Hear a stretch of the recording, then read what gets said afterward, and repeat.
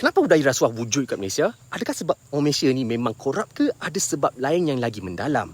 Untuk jawab soalan ni, aku nak cerita pasal 3 mamat ni yang menang anugerah Nobel dalam bidang ekonomi tahun lepas. Senang cerita, diorang menang sebab berjaya menjawab soalan, kenapa setengah negara kaya tapi setengah lagi miskin? Sebabnya sebelum diorang ni, ramai pakar memang blur pasal topik ni. Ada yang cakap negara kena kaya dulu, baru boleh jadi elok sikit. Tapi 3 orang ni berjaya buktikan yang terbalik. Diorang berjaya bukti, bila negara jadi elok dulu, barulah dia boleh kaya. Dan bila aku cakap elok, maksud aku dari segi institusi. Iaitu peraturan-peraturan yang menentukan sama ada negara tu adil untuk semua ataupun hanya untuk yang tertentu je. Jadi untuk korang faham ni, ada 2 jenis institusi. Yang pertama, institusi inklusif di mana peraturan yang wujud tu sama untuk semua. Ataupun yang kedua, institusi yang mencekik di mana peraturan tu hanya menguntungkan golongan elit sambil memerah semua orang lain. Aku akan bagi contoh menggunakan lesen memandu aku. Jadi, untuk bawa kereta kat Malaysia, korang kena dapatkan lesen daripada JPJ. Kalau korang ada kereta, korang kena beli insurans supaya boleh beli cukai jalan. Lepas tu, bila korang bawa kereta, korang akan guna jalan yang dibina oleh syarikat yang dilantik oleh kerajaan. Kalau korang aksiden, polis akan siasat, insurans akan bayar dan kalau siapa yang tak puas hati, akan ada mahkamah untuk settlekan. Seluruh proses tu, lesen, cukai, insurans, jalan, polis, mahkamah, semua tu contoh-contoh institusi. Sekarang, bayangkan pula, dalam sistem yang inklusif, sesiapa yang lulus tes JPJ elok akan dapat lesen. Kontrak bina jalan akan diberi kepada syarikat terbaik yang memohon. Insurans akan bayar secara adil dan mahkamah pula akan layan semua orang secara sama rata. Tapi dalam sistem yang mencekik pula, lesen akan diberi kepada sesiapa yang bayar lebih, kontrak bina jalan akan diberi kepada syarikat-syarikat koloni, jadi jalan pun mahal, lepas tu hauk, insurans macam kena scam, mahkamah pula hanya berpihak kepada orang-orang kaya dan yang berkuasa. Kereta dia sama, jalan dia sama, tapi cerita dia lain bergantung kepada jenis institusi yang wujud kat negara tu. Jadi kat Malaysia, kenapa rasuah ni nampak macam sebahagian daripada budaya kita? Dia bukan sebab kita sendiri yang korup, dia sebab institusi kita yang lemah.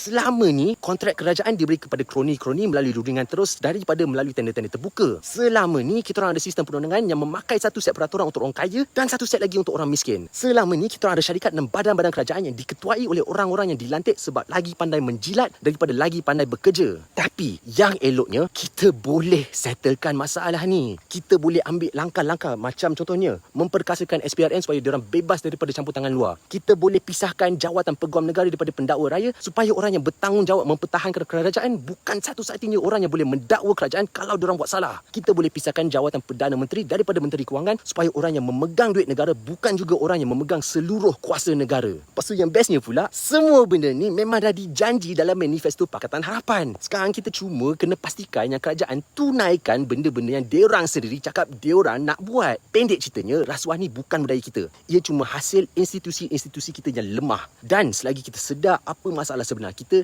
insya-Allah kita akan boleh selesaikan masalah-masalah ini sebelum kita terlewat.